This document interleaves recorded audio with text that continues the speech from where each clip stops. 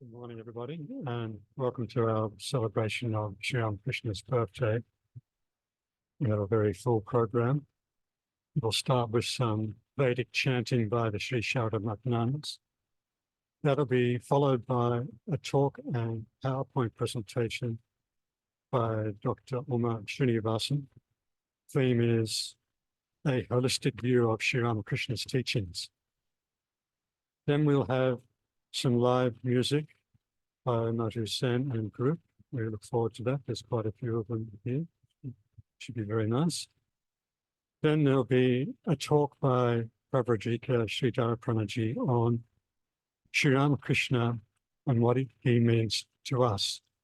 And then you're all invited to stay back for lunch. So now I'll invite the nuns to come and do the Vedic chanting.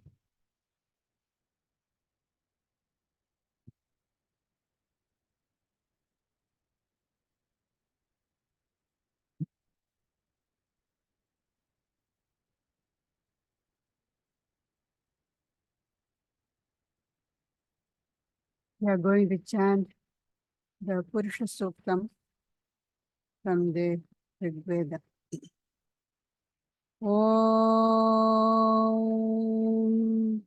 Tajamyora Vrinimahe Gatum Yajnaya Gatum Yajnapataye Daivi Swastirastunaha Swastirmanushabhyah Urdhvam Jigatu Bheshajam Sham no astu dvipade Sham chatushpade Om Shanti Shanti Shanti.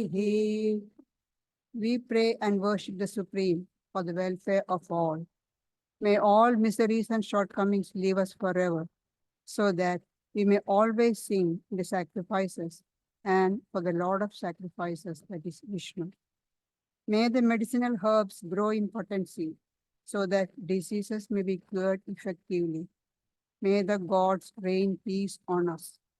May the human beings be happy. May all other beings also be happy. May peace, physical, mental, and spiritual, be on us forever. Om Sahasra Shirsha Purushaha Sahasraksha Sahasrapat Sabhumim Vishwato Vritva Atyatishthadashangulam. The Supreme Person exists, enveloping the whole manifest universe, organizing through every mind, seeing through every eye, and working through every limb. Nay, he exists, transcending the universe. Purusha evedagum sarvam yadbhutam yaccha bhavyam utamritatvaseshanaha yadannenatirohati. Essentially, the whole universe is he himself.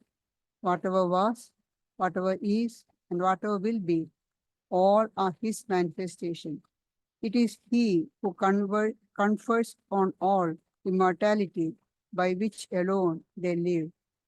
Etavanasya mahima ato jayagumscha purushaha padosya vishwa bhutani tripadasya divi. The whole manifest universe is splendor. He, the Supreme Person, transcends it very much. By a part, literally 1/4, of his splendor, he supports the universe eternally, during past, present, and future, whereas the major part of his splendor, embodying immortality, is beyond the range of the manifest universe. Tripadurtha udait purushaha Padosyeha bhavat punaha tato vishwam vyakramata sashananashane abhi. This Supreme Person is outside the range of samsara, of birth and death. Only a part of his has become the whole universe. From this manifest part, the sentient kingdom has sprung, consisting of both the living and non-living beings. Tasmad virada jayata virajo adhipurushaha sajato atyarichyata paschad bhumimatho puraha. From him has emerged the cosmos, and out of this cosmos, which is technically called Virat, the all-pervading, making it the basis, as it were, the cosmic person, the first creator, came into being. The firstborn being gradually grew. He created first this earth, and then the various bodies, both divine and demoniac. Yat purushena havisha deva yajnamatanyata vasando asya sidajyam grishma idma sharadhavihi. Then the devas performed a sacrifice. Since there existed nothing save that person, he himself was a sacrificial offering. The spring season became the ghee, the summer became the faggots, and the autumn became rice offering. Saptasyasan paridhayaha trisaptas samidhat kritaha devayat yajnam tanvanaha abadnan purusham pashum. In this sacrifice, the 7 Vedic meters represented the 7 boundaries, the 21 ingredients, 12 months, 5 seasons, 3 worlds, and the sun formed the sacrificial faggots, and the sacrificers considered the Supreme Person as the animal to be tied to the post. Tam yajnam barhishi praukshan purusham jatamagratah tena deva ayajanda sadhyarishayaschaye. This Supreme Person, the firstborn being, who became the sacrificial offering, was purified by the sprinkling of water and the uttering of mantras. Thus was performed the first sacrifice by the Devas and the Rishis. Tasmad yajnat sarvahutaha samhritam vrishadajyam pashugumstagumschakre vayavyan aranyan gramyamschaye. For this sacrifice, in which was invoked the all-inclusive Supreme Person, ghee mixed with curds was prepared, as also many animals, both wild and domestic, having the wind god as the presiding deity. Tasmad yajnat sarvahutaha richas samani jajnire chandagumsi jajnire tasmad yajustasmadajayata. And as an offshoot of this sacrifice, in which was invoked the all-inclusive Supreme Person, came out the Rik mantras, the Yajur mantras, the Sama mantras, and the various Vedic meters like the Gayatri. Tasma dashva ajayanda yekecho bhayadataha gavo hajajnire tasmat tasmat jata ajavayaha. From this sacrifice again have sprung the horse having 1 row of teeth and other animals having 2 rows of teeth, different varieties of cows, goats, and ewes. Yat purusham vyadaduhu katidha vyakalpayan mukham kimasya kau bahu kavuru pada uchyete. And one cannot imagine how much thought went before the projection of human beings. Which of the limbs of the Supreme Person would represent which section of man? What would be his head, the 2 hands, the 2 thighs, and the 2 feet? Brahmanosya mukhamasit bahurajanyakritah uru tadasya yadvaishyaha adhyagum shudro ajayata. At last, after long meditation, it was concluded that the Brahmana would represent the head or the power of thought and discrimination of the Supreme Person. The Kshatriya would represent the arms or the power of protection and preservation of the Supreme Person. The Vaishya would represent the thighs or the power of acquisition and distribution of the Supreme Person. And the Shudra would represent the feet or the power of support and movement of the Supreme Person. Chandrama manaso jataha chaksho suryo ajayata mukhadindraschagnischa pranadvayurajayata. Then from the Supreme Person was born the various luminous beings and bodies and the different worlds. The moon from his mind, the sun from his eye, the fire and Indra from his mouth, and the wind god from his breath. Nabhya asidantarikshamSheshnodhyau samavartata Padhyam bhumirdisha shrotra Tatha lokagum akalpayan. The space emerged from his navel, the worlds of gods or heaven from his head, the earth from his feet, and the different waters from his ears. This was the way in which world projection was effected. Vedahametam purusham mahantam adityavarnam tamasastu pare sarvani rupani vichitya dhiraha namani krutva bhivadanyadaste. I have known the supreme and magnanimous person who sacrificed himself for the welfare of this universe, of the sun's hue and beyond all ignorance. He, the wise one, molded out of himself by his Maya the various forms and called them by different names. Dhata purastadya muda jahara shakra pravidwan pradishaschatasraha tamevam vidwan amrita iha bhavati nanya pantha ayanaya vidyate. The first creator, Brahma, knew the Supreme Person. He, in turn, made him known to Shakra, that's Indra, the king of gods, for the benefit of all beings. Hence, even today, he who knows him and the creation thus, as presented above, as pervaded and permeated and possessed by the Supreme Person, verily attains immortality. There is no other way for spiritual perfection. Yajnena yajnamaya janda devaha tani dharmani pradhamanyasan tehanakam mahimanas sachande yatra purve sadhya santi devaha. Om Shanti Shanti Shanti. Hari Om Tatsad.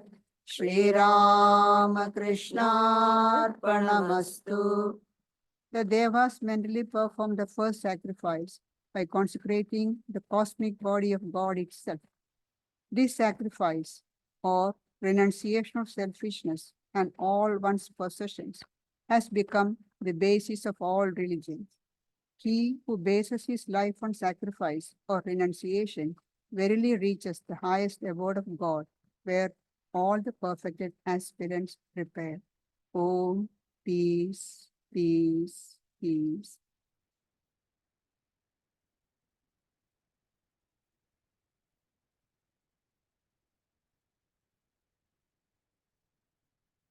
Inviting now Dr. Srinivasan to give a talk and PowerPoint presentation.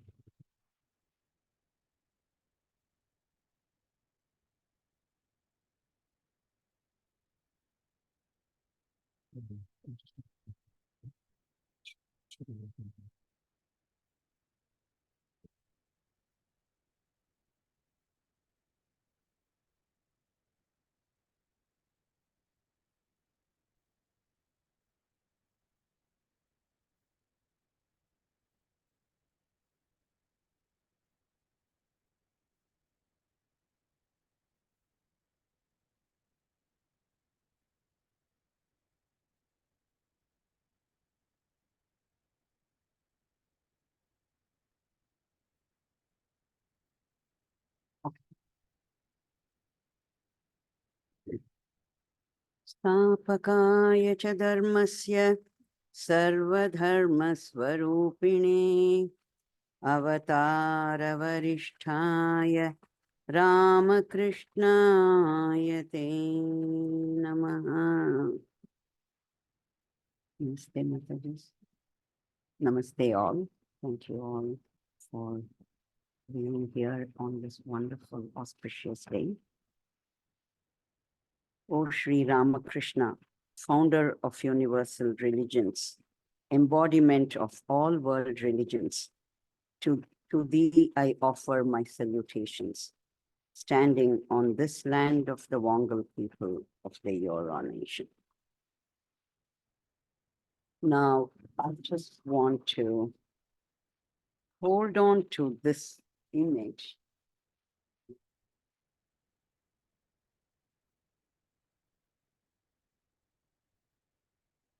Okay. I just wanted to present this beautiful image. Hold on to this image as we go through this talk.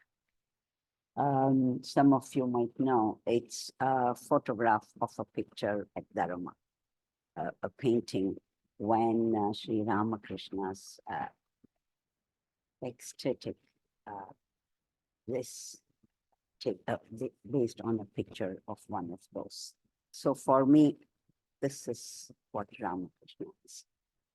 And it's a rare photo, and I want us to hold to this. And I'll briefly give a bit of background. All of you, most of you know the background of Sri Ramakrishna, our world teacher. So I'm not going to spend too much time on that, but just to lend some context, I'll talk about what he really means to me and a bit of his teachings. And then from there, I'll talk about, I've called it the holistic approach and what I have learned from it and how it is influencing my life and continues to influence my life. So I will talk a bit about that. So how do I see Ramakrishna, as most of us do for that matter, a realized soul who found truth, who found God? I've marked them in capital letters, the ultimate truth. A pure human who saw God everywhere, in everyone, and in every object.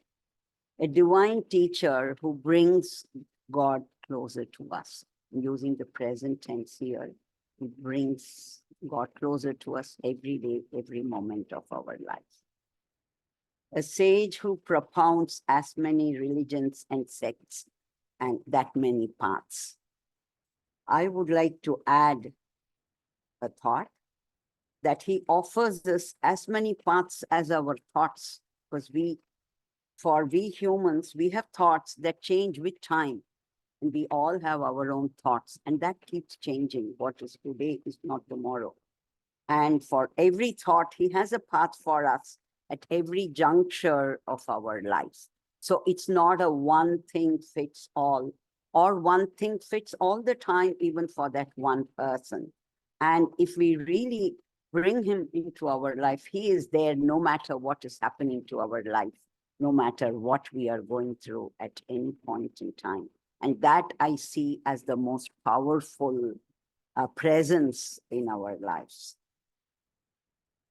And again, just to give context, many of you would have read the Gospel or read other books about Sri Ramakrishna. We know he experimented with divinity. He didn't just accept it, nor did he let it rest. He wanted to see God, feel the presence as he would see any of us. And that's what he told Swami Vivekananda Narendra at the time. I see him only more clearly than I see you. And how did he get there? So if he saw it, he was born with an extra blessing, perhaps with grace. He saw divinity beyond his body, even as a young boy, in the formation of birds in the sky. He saw that as a manifestation of divinity. And as a kid in a village, when he was enacting plays as a school kid, he got into the role. He became Krishna, he became Shiva. And it was not just playing the part, he was it. And then as he grew up later, he came to Dakshineshwar and he started as a priest. And many of us, we have seen and we see even today, priests go do their worship as a mere worship, sometimes as physical offering of flowers and a namaskar and a few prayers, and that is enough. But for him, that was simply an act, a physical act. That was not, that mere physical worship was not sufficient. And he wanted to see Mother Kali. He wanted to feel her presence within his being. She wanted her to be him. So that is the extent to which his prayers and his offering went. And since he was persistent, he did see her. He went into samadhi every time he saw her. That was beyond his body and mind. And he saw Mother Kali. Once he realized her within himself, he saw her everywhere, in every being. And in Vrindavan, when he went, then he could identify with the divine. He was one with Krishna. And so he sort of had this divine lens, I would say, that with which he was just able to see God everywhere as he went. Now, just to hone him further, the next screen, move it. So he had teachers. He had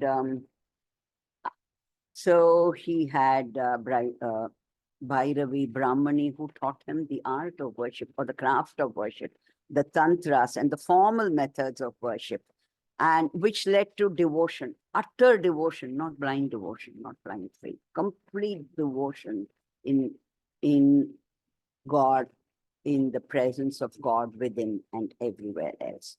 And then he had another teacher, Totapuri, who took him beyond the physical form of God and took him to the infinite divinity beyond all forms.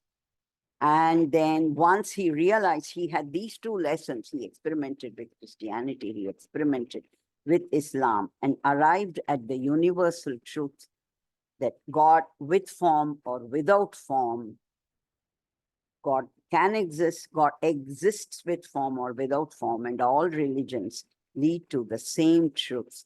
And that was the invocation prayer we had, Sthapakaya cha Dharmasya, which we use every time. That in all our gatherings, that's what we talk about, that God is there in all religions, and religions are mere paths.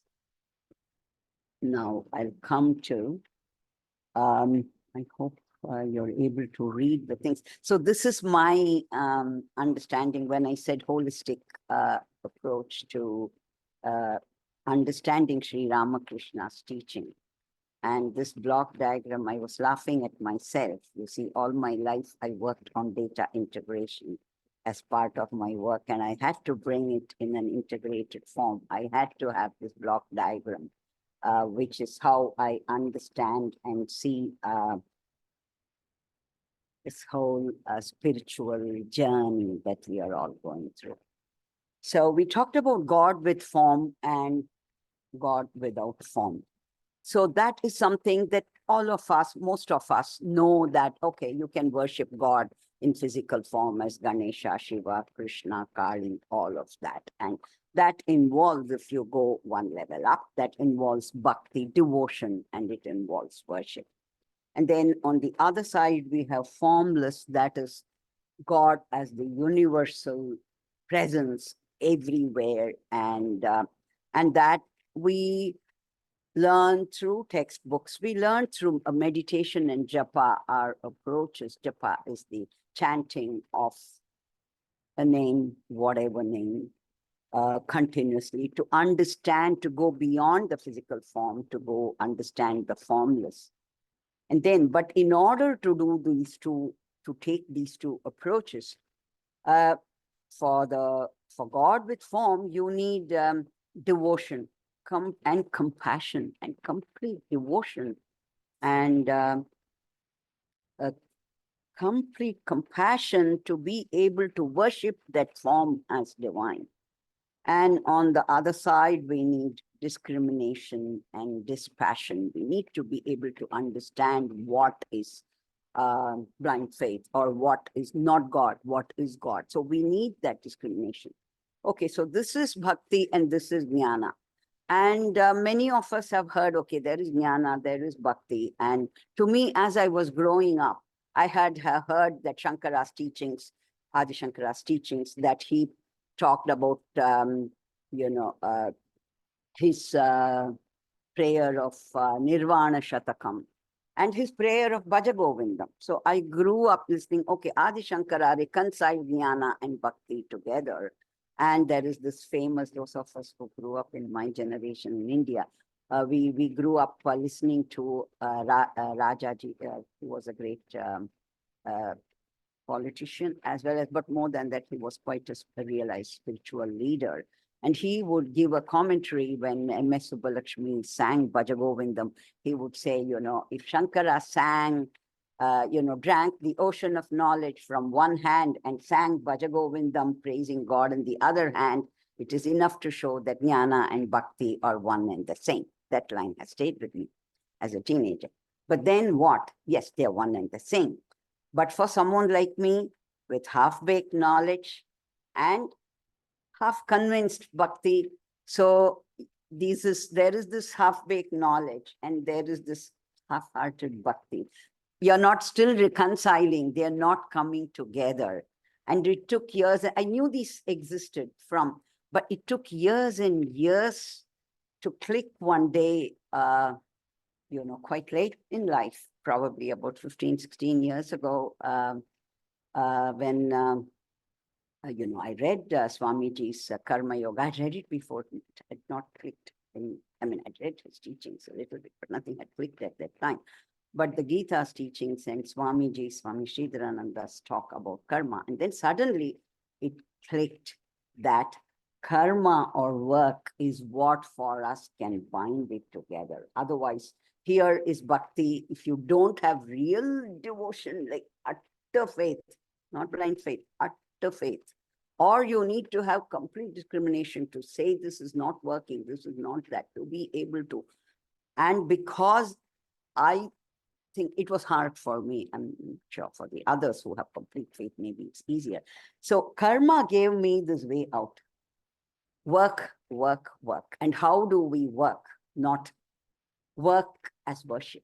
Work with complete all of that, with devotion, with compassion. If you think of work as duty, not as work to earn money, but that money is to perform a duty to look after the family, to perform a duty to the society where your work is contributing to science or in any way. So the work becomes duty, and then that duty is performed completely with devotion and care and compassion on one side. And this side, what does meditation and japa imply in the context of work?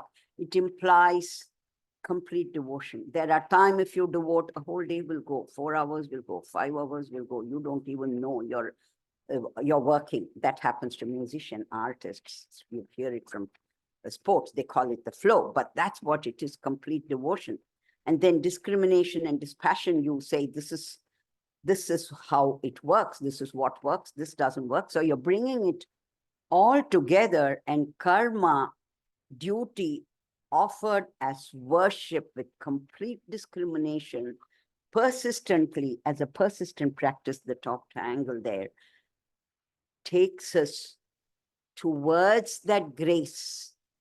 We have got all these bits in place when hopefully the grace will be upon us to take us beyond this, when we say Maya, beyond the impact of miseries in our life. We all have problems. We all experience situations and problems that causes great physical or mental agony and confusion and issues.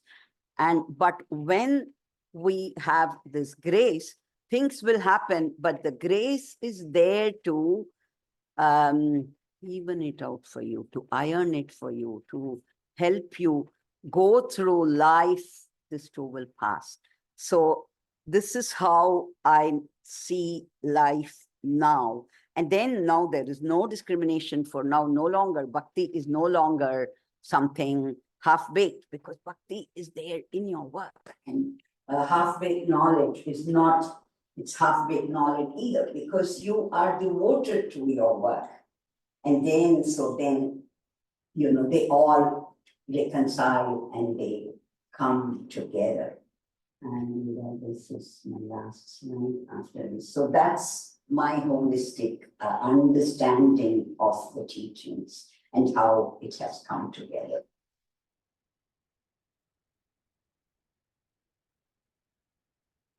This is my last slide. Sri Ramakrishna once said that he sees, so we are all reconciling with jnana, bhakti, karma, and then, Swami Vivekananda has talked about all those paths leading to the same ultimate goal of realizing that divinity within you. So this particular song, which is there from the gospel, it's in Bengali in the gospel, so but I've got it in English. And Sri Ramakrishna once said that he sees people as souls trying to break free, but held down by the worldly attachment as kites. So he sang, high up they soar on the world of hope, held fast by Maya's string. Their frames are human skeletons, so we are all those kites there. I made them colorful. Their workmanship is merely for ornament. Upon the string thou hast rubbed the manja paste of worldliness, so as to make each string sharp and strong. Manja is this, to make now we have all these strong twines, but in the old days, to the thread, they would add, even I have done that, add gum and some kind of, particular kind of gum, even it's my glass paste. So that's all added together. Then the string is strong and vertical. As the kite flies, the string will never break, even with wings and so on. So you actually apply that paste to the string. So he said, we are all, Maya has applied that paste to the string. And out of so as to make each string sharp and strong. So our strings there are family, there's a house, there's a car, part of it, all those things. And that last little string is just broken away.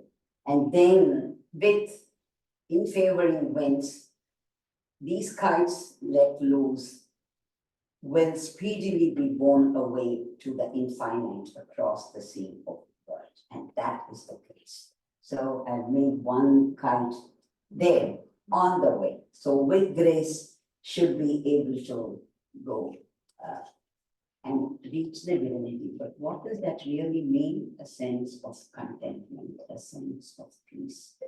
Like Sri Ramakrishna says, does it mean you're going to have horns? Does it mean something is you're going to have a special halo around you?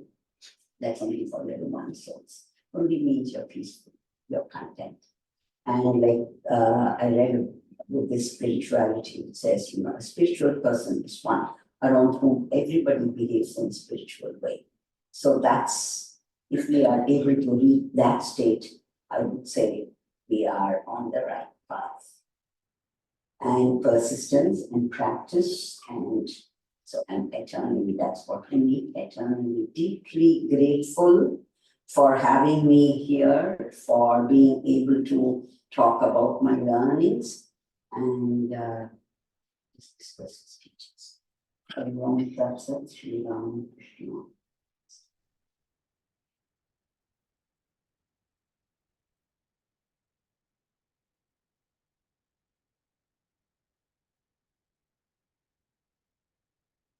Thank you very much, Laura, for that wonderful talk and presentation. We will now have some live music and song. We need a little bit of time to just get that all set up. So, bear with us.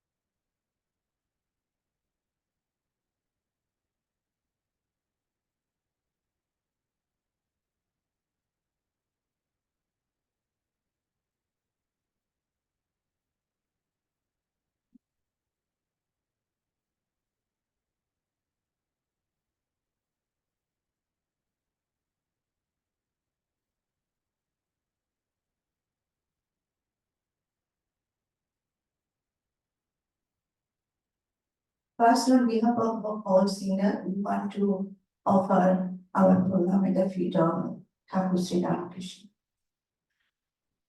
And now we want to say thank you to Mataji and Vedanta Society for giving us opportunity to sing on this auspicious day.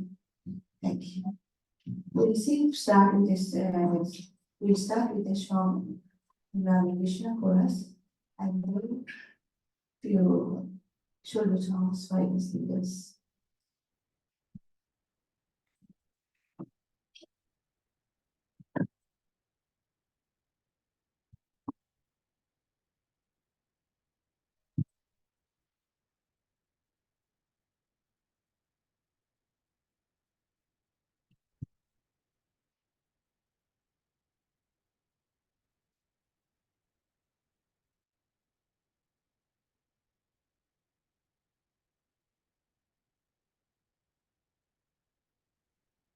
Shri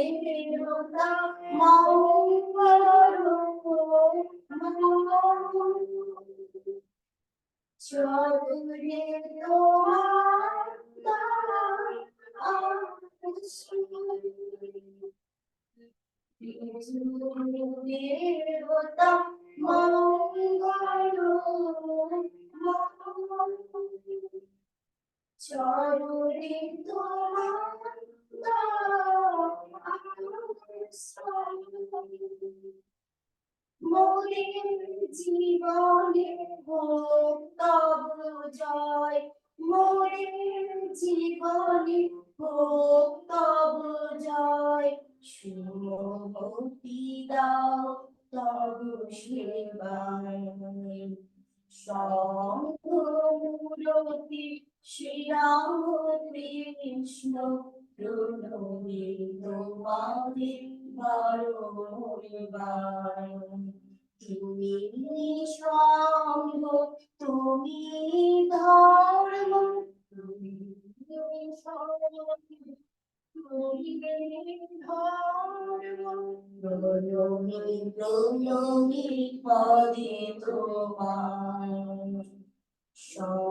সঙ্গমূলতে Sri Ramakrishna প্রণমি তোমারে বারবার,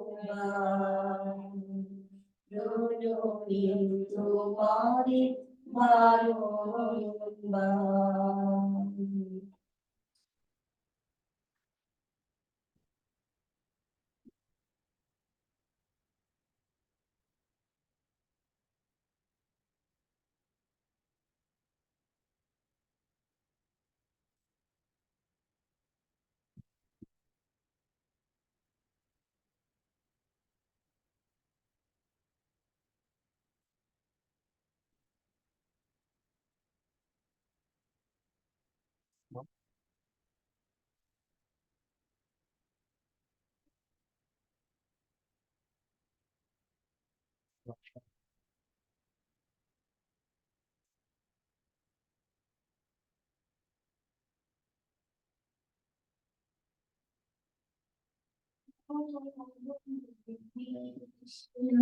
চরণ সরোজে মজুরে মৌন মধুপ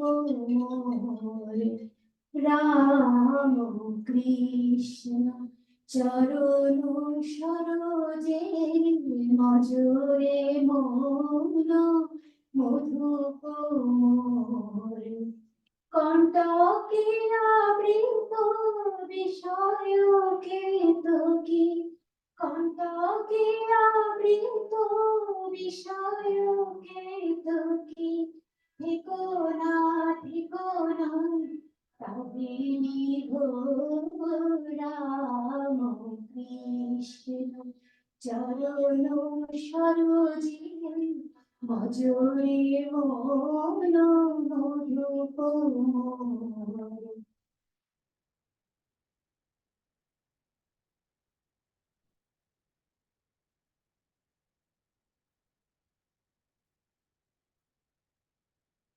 জনম মরণ বিষম কত জনম মরণ বিষম কত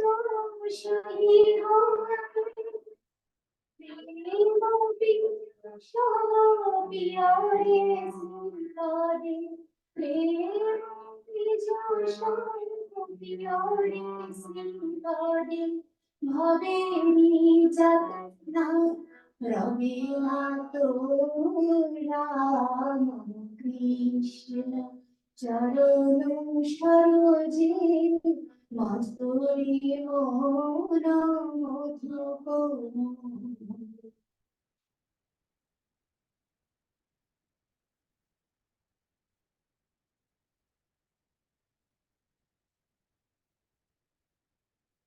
ধর্মা ধর্ম সুখ দুঃখ শান্তি জানা মাঝে নাহি নিস্তার, ধর্মা ধর্ম সুখ দুঃখ শান্তি জানা মাঝে নাহি নিস্তার, প্রেম কৃপানে পরম যতনে, প্রেম কৃপানে পরম যতনে, কাতরে কাতরে পরম রাম কৃষ্ণ, চরণ সরোজে মজুরে মৌন মধুপ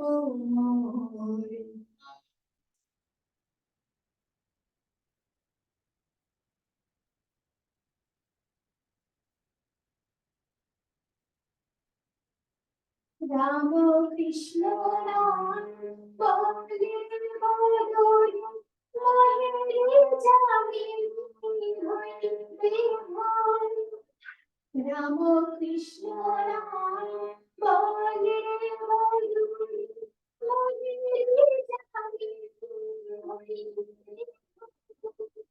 দুষ্ট কোন জ্বালা Rabina, Dusha Guru Jana, Rabina, Chute Javi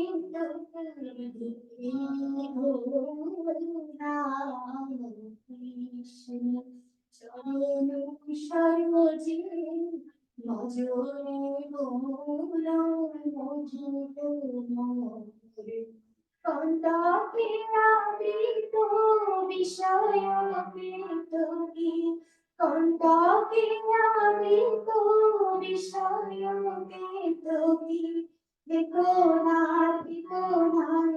Tahini Bhora, Krishna, Charanam Sharoji, Majore Mono, Mojito.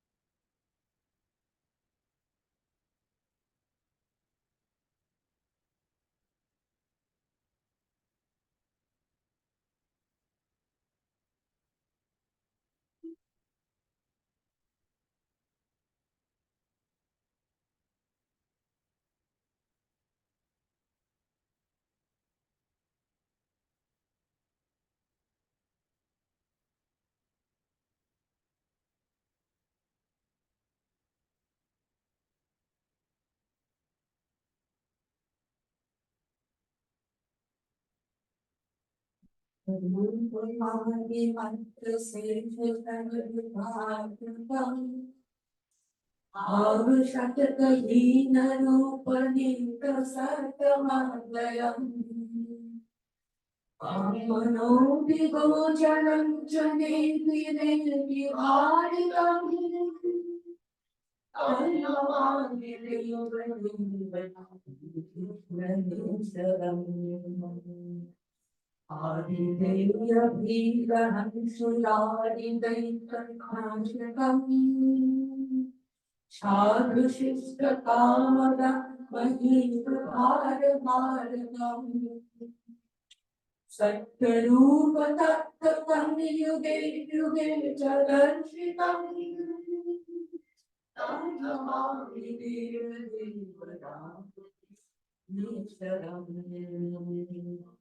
Sarvabhuta Sarga Karma Sutra Bhanga Karanam Jnana Karma Papa Punya Tarakam Sharanam Buddhi Vasha Shastri Rupa Sarva Karma Bhasanam Tam Namami Deva Deva Rama Krishna Devaram Sarvajiva Pavanam Karanam Patisaram Shikritancha Garbhavata Devadanam Indrishan Garbitam Sariraya Jalena Divajivanam Tam Namami Deva Deva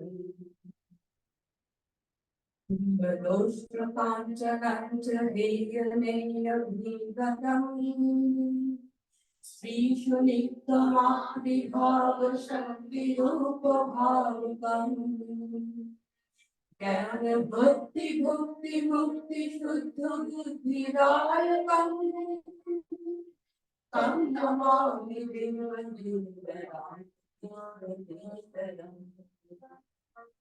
Sarva Dharma Dharma Mulla Sattva Dharma Yeshakam Siddha Sarva Sampradaya Sampradaya Varjitam Sarva Shastra Marma Darsha Sarva Vidya Raksharam Sarnamami Deva Dingaram Vishwaruparam Charu Varchuvali Vasudita Charu Varakam Kirtaneshu Matta Vachanita Bhavavivaram Shubhodeshwarayakam Vishwapatapavarakam Tam Namami Deva Dingaraya Vishwaruparam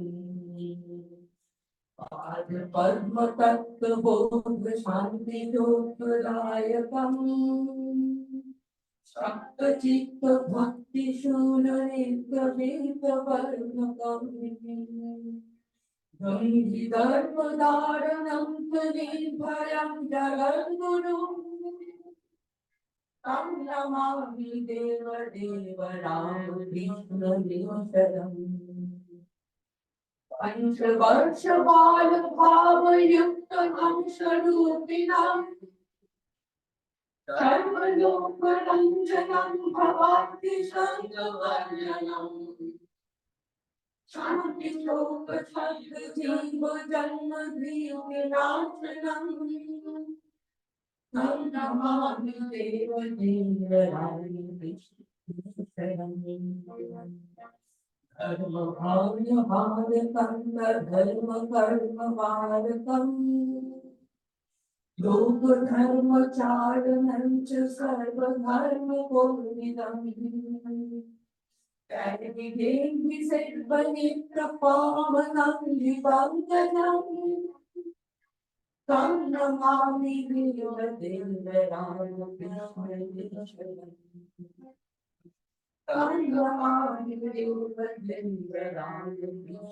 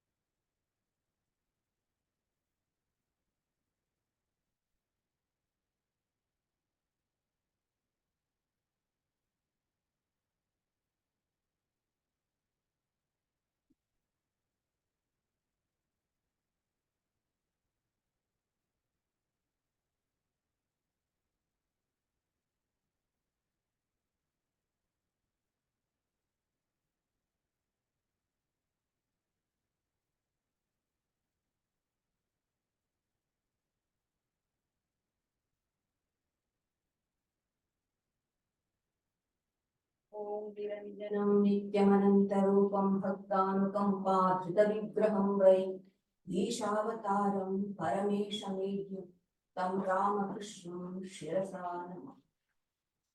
The stainless, eternal, and multiform one who has assumed a form out of the abounding grace to devotees, the worshipful Lord of all, manifest as the divine incarnate. To thee, O Ramakrishna, my humble salutations.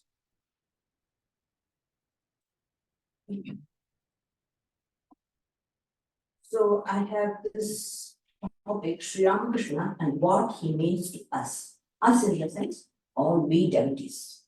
It's not just the monastics. Sri Ramakrishna Sangha means monastics and the lay together. Sri Ramakrishna himself had bound them the cord of love. So us means we, all of us. What does he mean to us? Before that, I will little bit dwell into his life because Sri Ramakrishna himself is like Ganges, which ultimately reaches the ocean of Brahmananda. Ramakrishna Puta Ganga Brahmananda Sagaridhar. Song. So a dip into Sri Ramakrishna's life is a dip into the holy Ganges. We humans have a hierarchy of needs: physical, emotional, intellectual, and political stability concerns. And all these are our day-to-day problems, things like that. But when these lower needs are satisfied to a certain extent through sweeping economic policies, stable political conditions, not like the one which is going on through everywhere in the world, generally, the political conditions are good, economic conditions are good. Humanity in general thinks of better things, higher things. And the biologists say once greater fulfillment is recognized as man's ultimate or dominant aim, we shall need a science of human possibility to guide the long course of socio-evolution. So, and this science of human possibility was developed in India. Our mother India developed this science of human possibility in her Upanishadic age, and further it got developed in her long history through the lives of galaxies of spiritual personalities, not one or two, galaxies. So in this unbroken line of luminous teachers came Sri Ramakrishna. He was born in Bengal in 1836. The very year when Britain brought English education, it was as if to slap on their cheek. Sri Ramakrishna was illiterate, absolutely no education. I mean, his formal education was just maybe the vowels and consonants he had learned. That's it, nothing more than that. We think if in order to be evolved, we need studies and education, science, and all that. No, Sri Ramakrishna was Nirakshara, absolutely no knowledge. Anyway, he was born to poor but pious parents, and he was born lover of God. And a robust, lively, happy child that he was.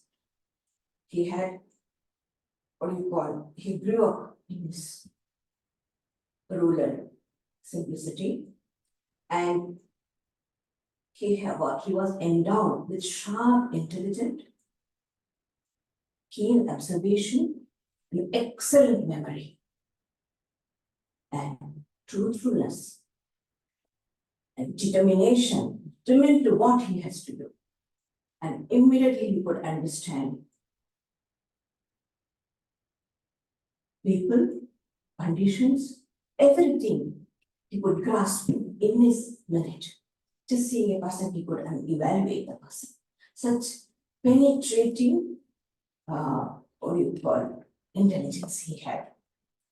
So his elder brother brought him to Calcutta, and he actually came in search of jobs so that he could increase his slender income for the family, and asked, I wanted to teach Gadadhar, that was what Sri Ramakrishna's childhood, or what you can pet name it.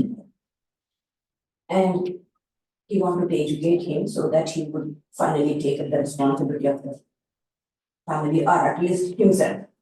But bluntly and firmly, Sri Ramakrishna refused to have anything to do with formal education. He said, I am not interested in acquiring breadwinning education.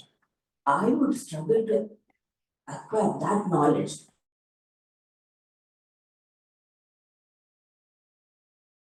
Human by divine light. And so,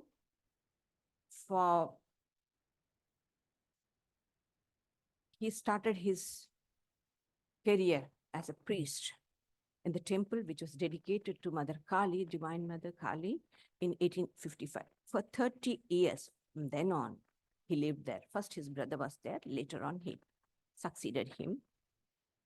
And Sri Ramakrishna, though had very little education, he had a very scientific approach to religion.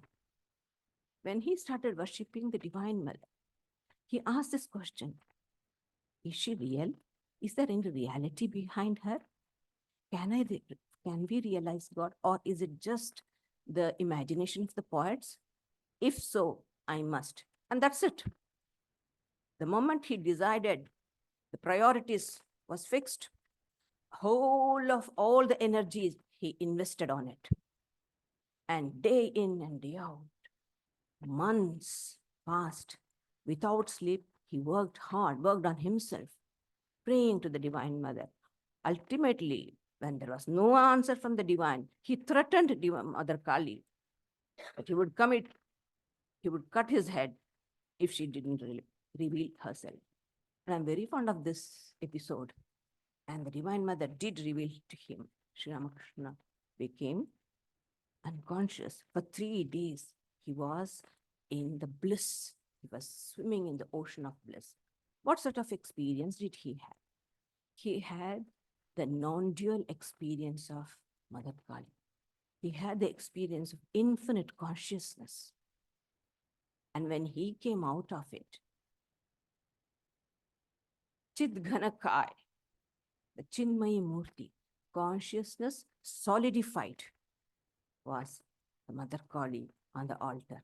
It was no more the idol which was designed by a sculptor. It was a breathing, living Divine Mother. And she comforted him, taught him. She led him through every stages, what to do, what not to do. And thus started the beautiful mother and son relationship between man and God. And then the Divine Mother herself made arrangements to bring great teachers like Bhairavi Brahmani, Jatadhari. So many came to teach her son, Sri Ramakrishna, Divine Son. He learned. And there came the Vedantic Totapuri, a beautiful, scene I'll place before you. It's an object of meditation for you when you listen to me. Sri Ramakrishna was sitting on the staircase in a pensive mood. There comes Totapuri, alighting from the boat. Straight he enters and sees Sri Ramakrishna sitting there in a pensive. Immediately he understands, here is a wonderful receptacle to realize the Advaita. And he goes straight to him. Do you want to realize the Vedantic reality? Or do you want to practice the Vedantic Advaita sadhana? And Sri Ramakrishna says, I don't know. My mother knows. Then go and ask her. And Sri Ramakrishna goes to the temple. And a smile of compassion lights the lips of Totapuri. He thinks, this boy will surely give up all this, what do you call, illusion, or what do you call rather, these are all, what do you, not just myth here, a false identification, false thing, and he will realize the supreme. So let him go. After a few days, he'll be calling mother, mother. Once he realizes the infinite non-dual Brahman, all these forms will go away and he will realize the truth. Anyway, Sri Ramakrishna was so human. When Totapuri asked him to practice, he said, I have my parents at home. I have my mother at home. Mother was living at that time. And I'm a married man. See the responsibility he has on his wife. Holy Mother was in Jairambati, but he knew that he was wedded and he has a responsibility. This is what makes Sri Ramakrishna so close to. He was all transcendental. Absolutely, he didn't even know that sometimes his clothes would fall. But as far as responsibility was concerned, he was very perfect. He even had kept some money for Holy Mother in his absence to live on. Such a practical human. So here is what we feel our oneness with him. He was not an indifferent person. He had detachment, not indifference. This is the beauty of Sri Ramakrishna. And then he taught Advaita sadhana, he did. And then what did Sri Ramakrishna realize? That he realized all that these teachers, what the teachers taught, was the same truth which he himself had realized to the sheer intense aspiration. That was the only thing he had. He didn't have any teacher when he first realized the Mother Kali. But what was his strength? His own intense aspiration. With that, that's why he used to always further, he placed his teachings on this Vyakulata. If you have Vyakulata, inner purity and Vyakulata, there you have the result. You don't have to do anything else. Nothing else is needed. Inner purity and intense aspiration. These are the only two things needed for the success in spiritual life.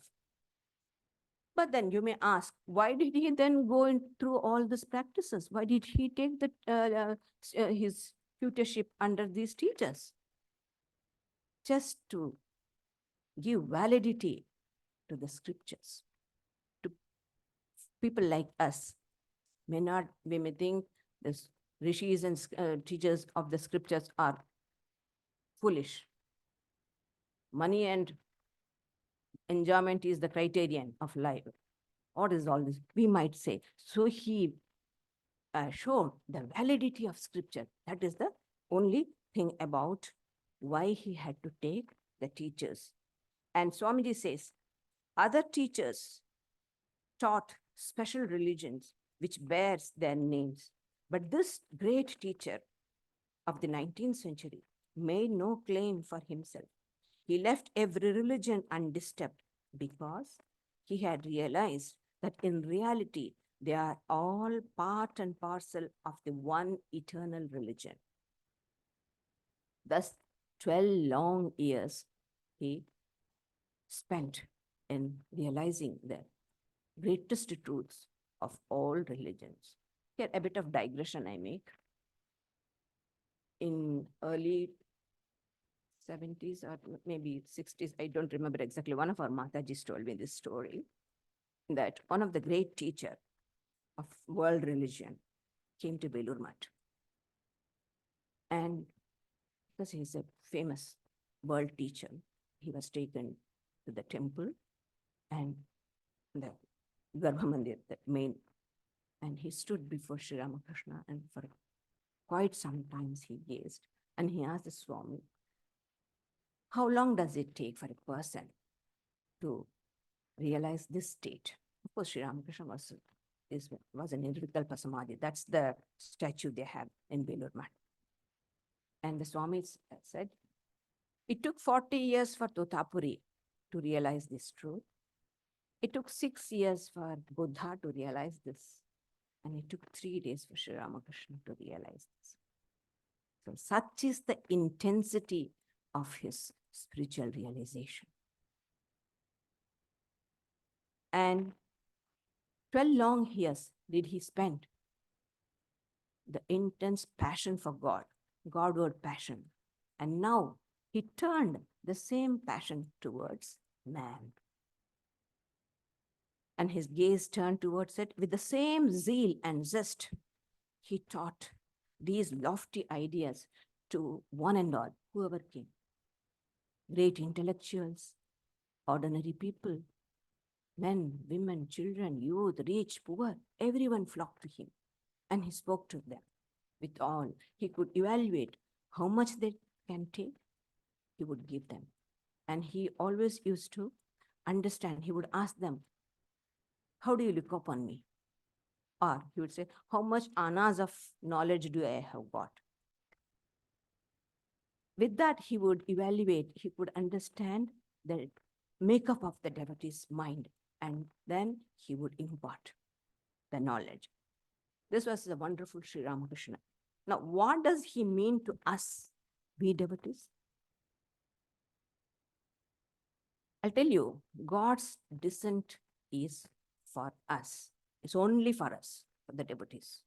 The jnanis, they have become soham. Big ego. Aham brahmasmi. So they don't need. It's we. It's for us. It's only for us, for the bhaktas, that incarnation is. And he was such a person, he could understand the human beings. See, the old incarnations such as Ramakrishna, I don't deny their value.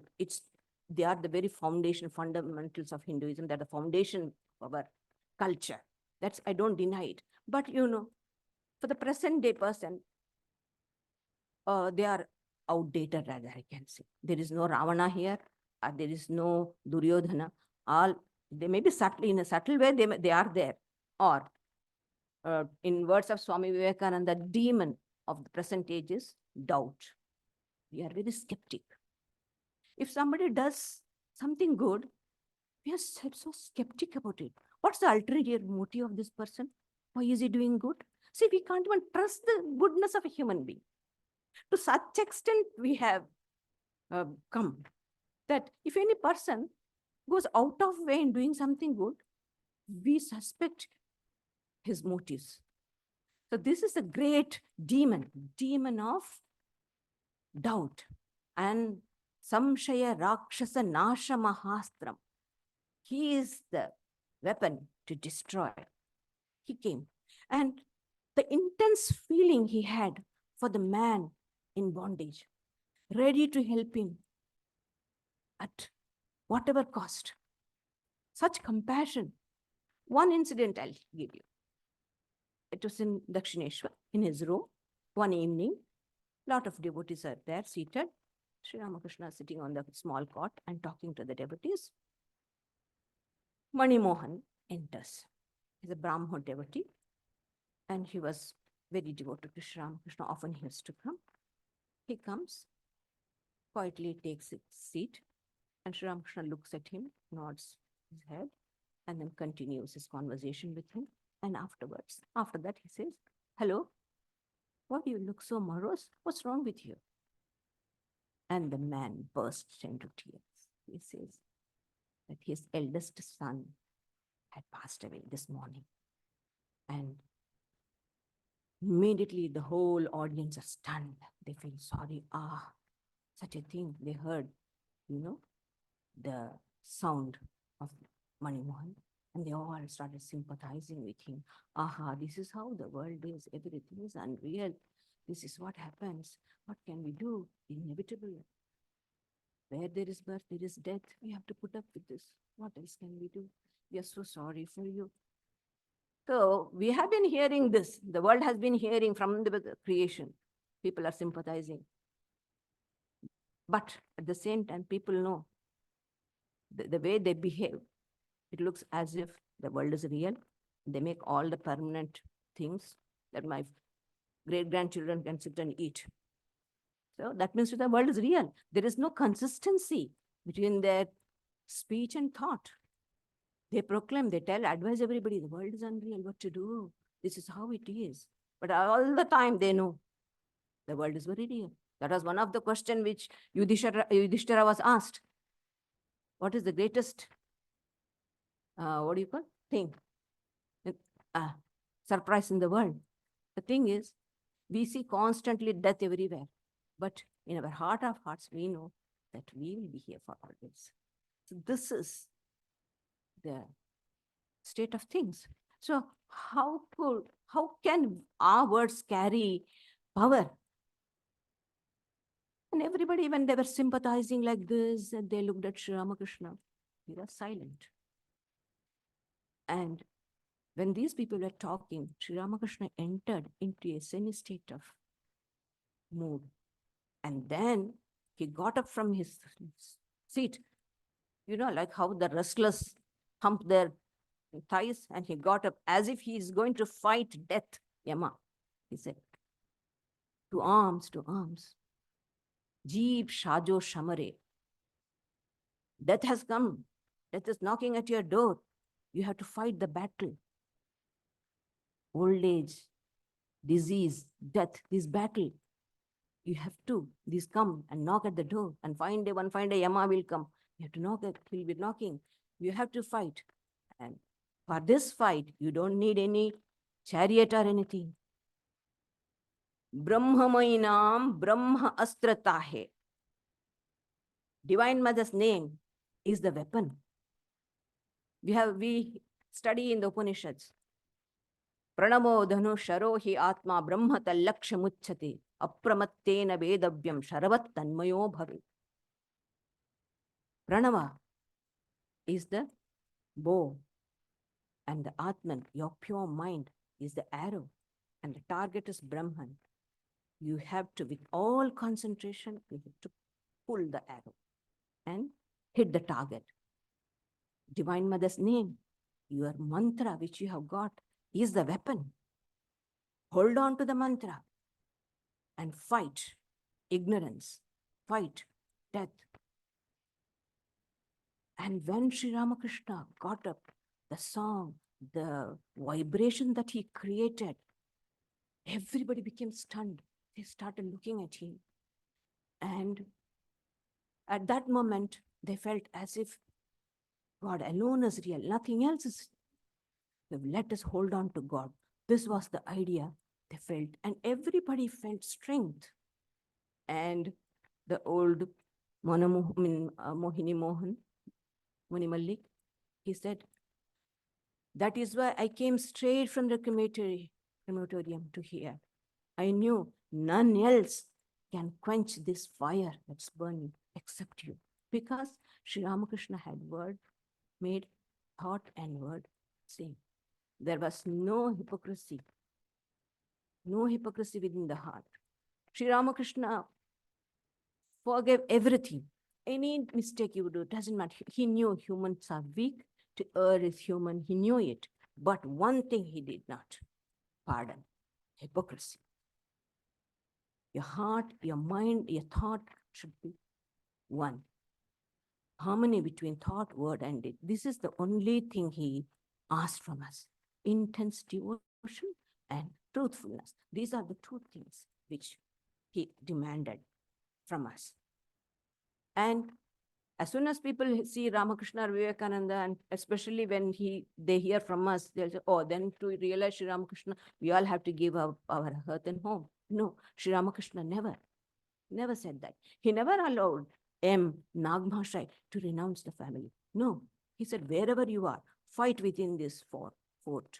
To be in the family is to fight within the fort. He never allowed.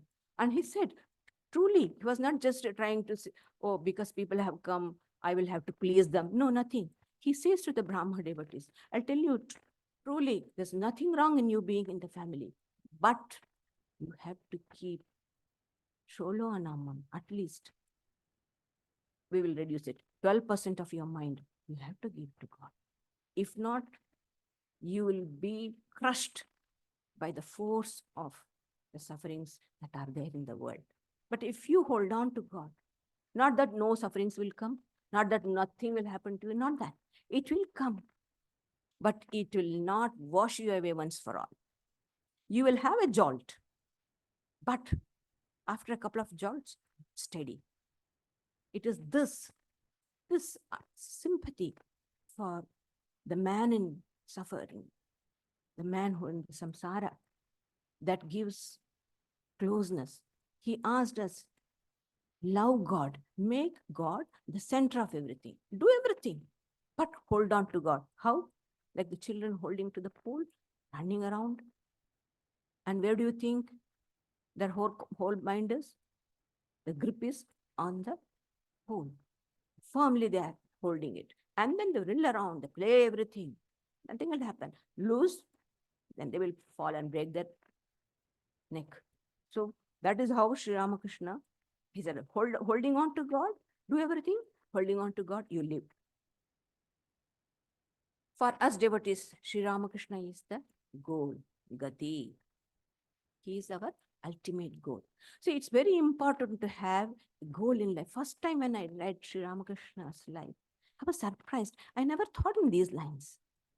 Oh, there's a goal in life. What goal we do had, not that we didn't have. What at the most? I want to become an engineer, a doctor.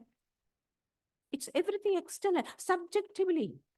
Does that goal have anything very connected personally to me? Is there any subjective relationship between my profession and in me? These questions we never ask. We are happy. We say, oh, she's very successful. Why? She's become a doctor. She has become an engineer. So but whereas, what happens? After some years, the relationships are becoming very delicate. So we have all externally, we are all CEOs, this, that, everything. But our relationship with the family, with friends, all everything is very weak. Then do you call this a success? At least I wouldn't call. So Sri Ramakrishna asked us to keep an ideal in the life. And that goal is Sri Ramakrishna. And we try to shape our life according to his teaching. Doesn't matter, even in a rudimentary form, even in a little bit, you don't have to become perfect. No, little bit of detachment in small things, then slowly the higher things will come. And we do all our duties. That is in our ashrama, varnashrama, in the caste we have lived, in the state of a grihastha, a student. We fulfill all our duties. When we have fulfilled it faithfully, then higher duties will come. And we will be able to do that duty also. So he is the Gati. And he is our support. We can rely on Sri Ramakrishna. Ask him. We have taken refuge in him. He only teaches us how to demand. He says, you can sit on the chest of him and say, what? Won't you give this? Won't you look after me? Yes, you can demand because we are his children. This intimate relationship we have to, before our body falls, as long as we have got this psychophysical organism, we have to intensify this devotion with him. Make him our own. No more a picture. He has to become part and parcel of us. Get up with him. Do things with him. Have fun with him. Scold him, doesn't matter. He will not do anything. If you scold somebody else, they will slap you and your relationship will be too bad. But you scold Sri Ramakrishna, he won't do anything. He will accept it. And with whom else will do all this? With our own people. Whoever is our own. Day and night I fight with him. He knows. I and he, we fight. And then we are back again all right. So that relationship we have to develop. Sri Ramakrishna should never be a stranger. He didn't want. He wanted us to come closer to him. And he is our Lord. And he is the witness of us. He is the witness of our buddhi, sakshi. He knows everything. We can't play the fool with him. He knows our thoughts than us. Before a thought can come, he knows, because he is behind the thought. He is the witness. And he is the abode. And he is our refuge. And above all, he is our best friend. Gati, Bhatta, Prabhu, Sakshi, Nivasa, Sharanam, Suhrit. What a beautiful Shri Krishna says in Gita. God is our friend. And from him we have come. In him we live. And unto him we go. If we can remember, we have conquered death. We have already fought death. What is death? I'm not going to abode of Yama. I'm going to go to Sri Ramakrishna. So this strength will come. We had a beautiful friend, devotee, most of you know, who conquered death. She was in the hospital. People were going to see her, apprehensive of what to talk to her, feeling bad. And there she welcomes them. She's in hospice, you should remember. Palliative care she was. And she's welcoming them. How are you? She's asking about their family, everything. And then after some time, she speaks about Sri Ramakrishna happy. And when we used to feel bad, she said, why are you feeling bad? I'm going into the arms of Holy Mother. See, this strength, how did it come? It did not come overnight. She worked on it. She made Sri Ramakrishna and Holy Mother her own. That gave her the strength. She was an eye-opener for me. Really, this is how we have to. And this makes Sri Ramakrishna real. He is our everything, on and on. And in him we abide. There's a beautiful song which Sri Ramakrishna really loved. I am reading the translation of it. It's a Bengali song, Brahmo song. Natha tumi sarvasra amar. Natha tumi sarvasra amar. O Lord, thou art my all in all, the life of my life, the essence of essence. In the three worlds, I have none else but thee to call my own. It's a delusion to think that somebody is there for me. We have to get rid of this delusion. Know that God alone. I came alone to this world. I go alone from this world. Remember, then we can bring Sri Ramakrishna closer to us. This is what Sri, thou art my peace, my joy, my hope. Thou my support, my wealth, my glory. Thou my wisdom and my strength. Thou art my home, my place of rest.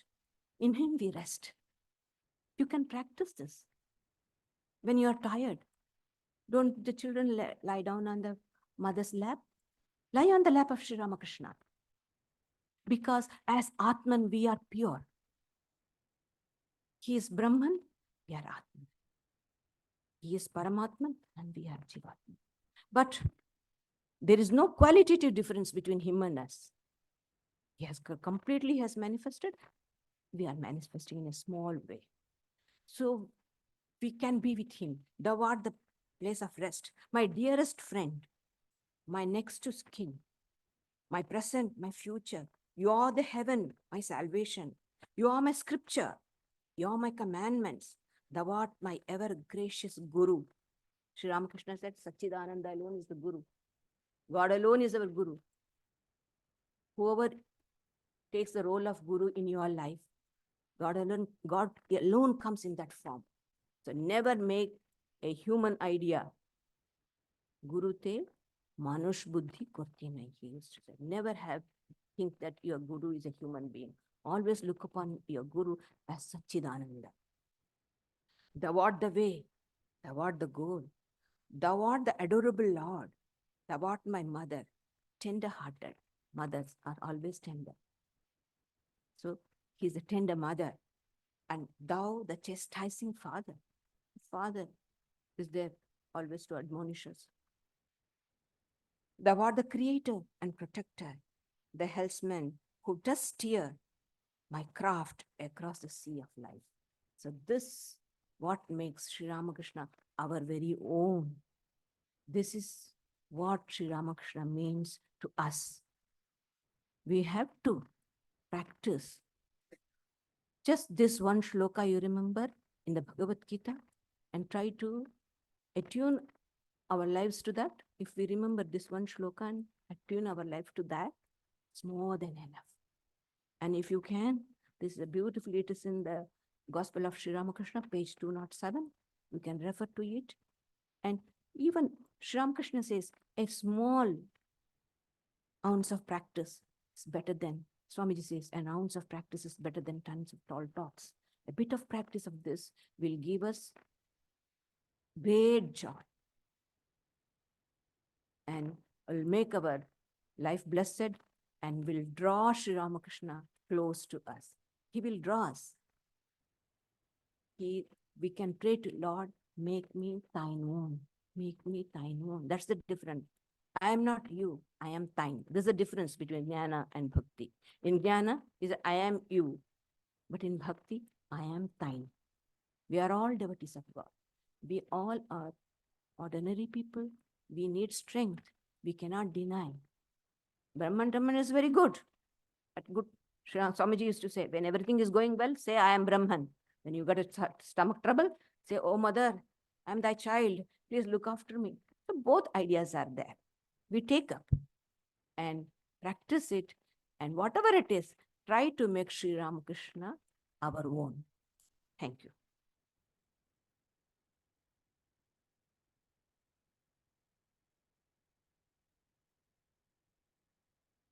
Thank you, Sridharaprana, very powerful, inspiring talk. And you'll be able to hear Sridharaprana again next Sunday. She's continuing her series on self-knowledge, Atmabodha, Shankaracharya's Atmabodha. Also, this coming week on Thursday, we have the yoga class from 10 to 11:15 a.m. And we've got the spiritual evening discussion on this coming Friday night. It'll be led by Sridharaprana, because Gayatri is flying out to Sri Lanka tomorrow. She'll be there for being invited to participate in quite a few events. And we'll look forward to hearing about that later. So now please stay back and have some lunch. And thanks very much, everyone, for coming. Of course, thanks to Madhu Sen and all of the wonderful and talented friends that she has. We really love the music and the song out of the lot. Really enriched our event today.